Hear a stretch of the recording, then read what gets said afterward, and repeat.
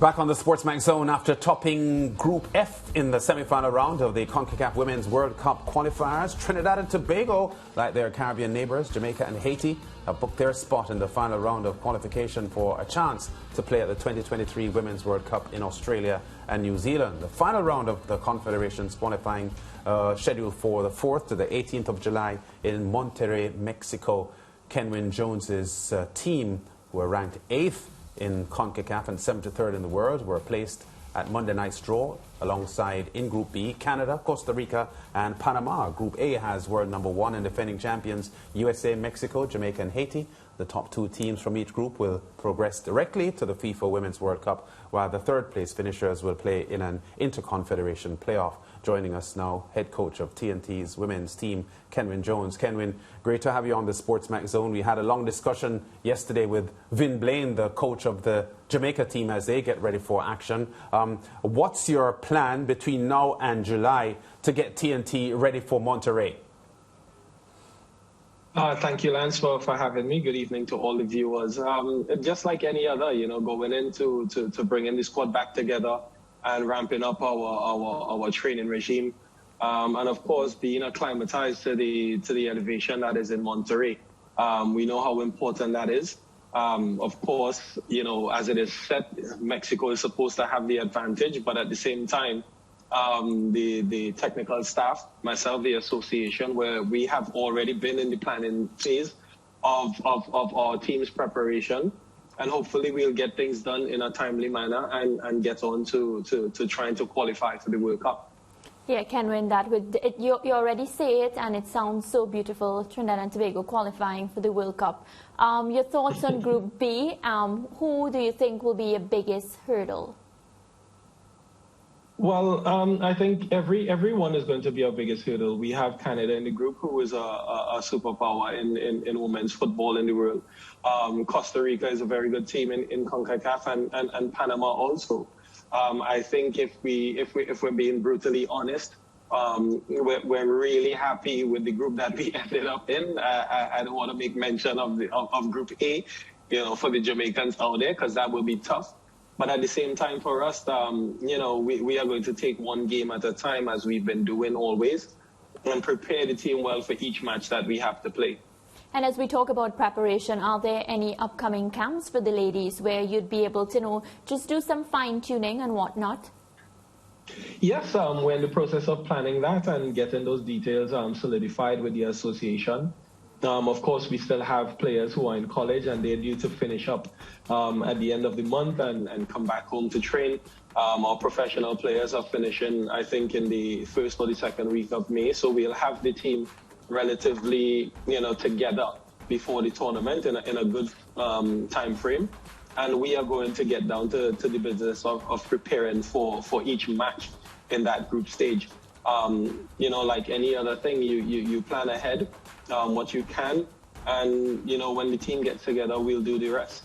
A quick word on the bunch of ladies that you've been given to work with. I had a discussion with Lance after you all qualified. The fact that I felt experience was trump for the TNT women, because you have a lot of experienced players coming in and, of course, gelling with the youngsters, making it a perfect fit. What would you say has been your experience working with them? What stands out for you? Well, I'm a person that, sort of have visions before I get into anything. And from the time that I came in October, I have my beliefs.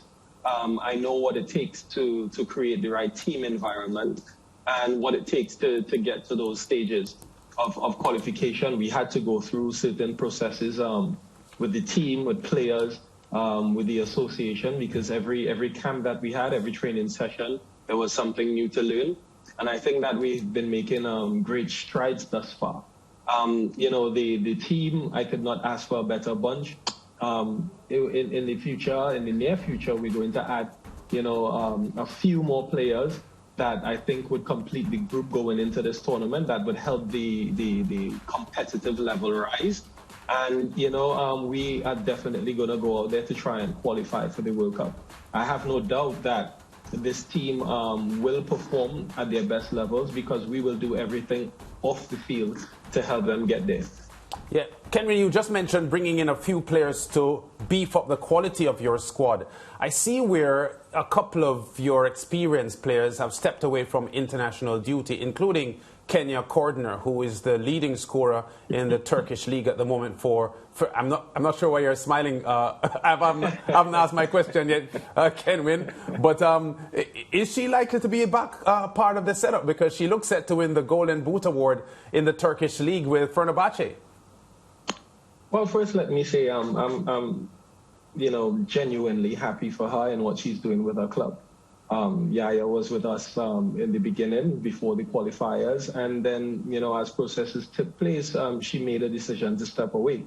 Like I've repeatedly said, because I've been asked this question quite a few times, I thanked her for her service. She's been a great ambassador and wished her well on her future. But at the same time, we have a squad of players who are hungry, who are well knitted into the environment that we created. And I have total belief in them.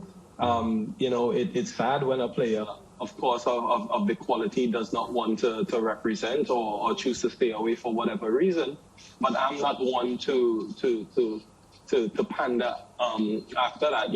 At the end of the day, you have to be committed to national football, because I believe above everything else that pride and that commitment comes first.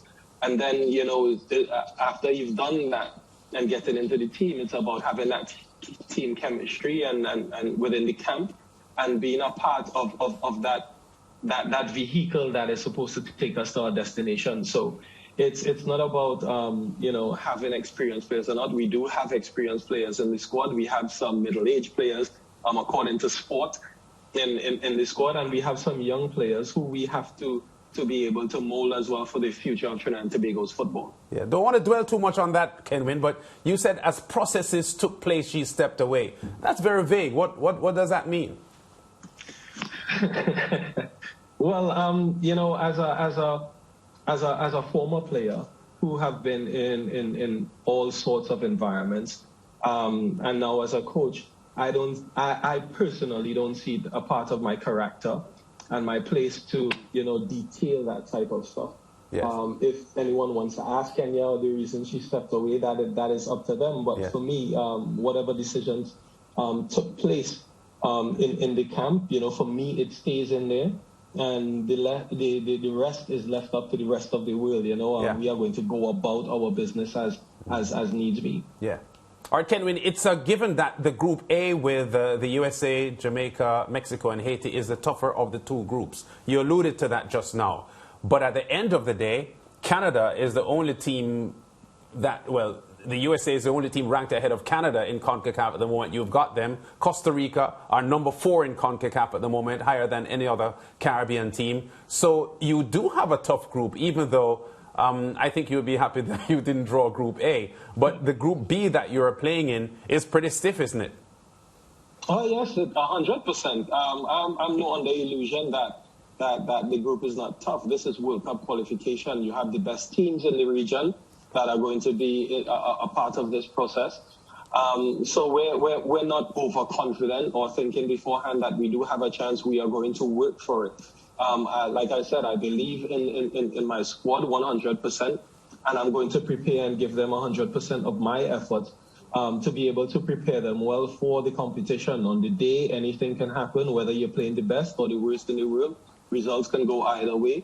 It is about how we prepare, how we focus, and how we get set about going about our plans when these games come along. But at the end of the day, all of the games are going to be tough.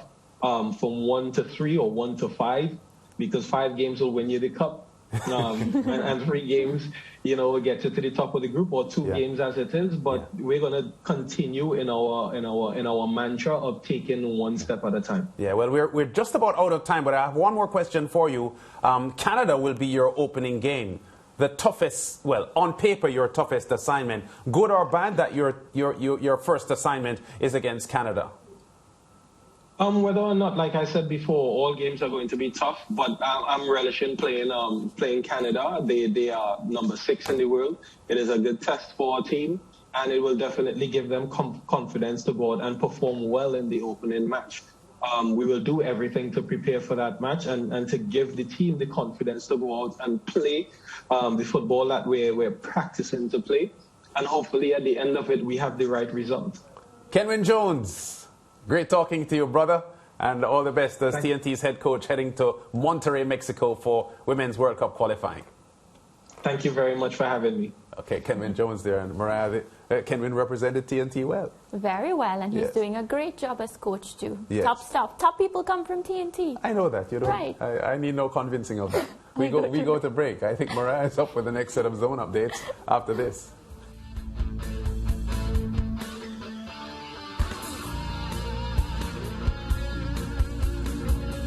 Stay with SportsMax on YouTube and follow us on all social pages for updates, news, and entertainment.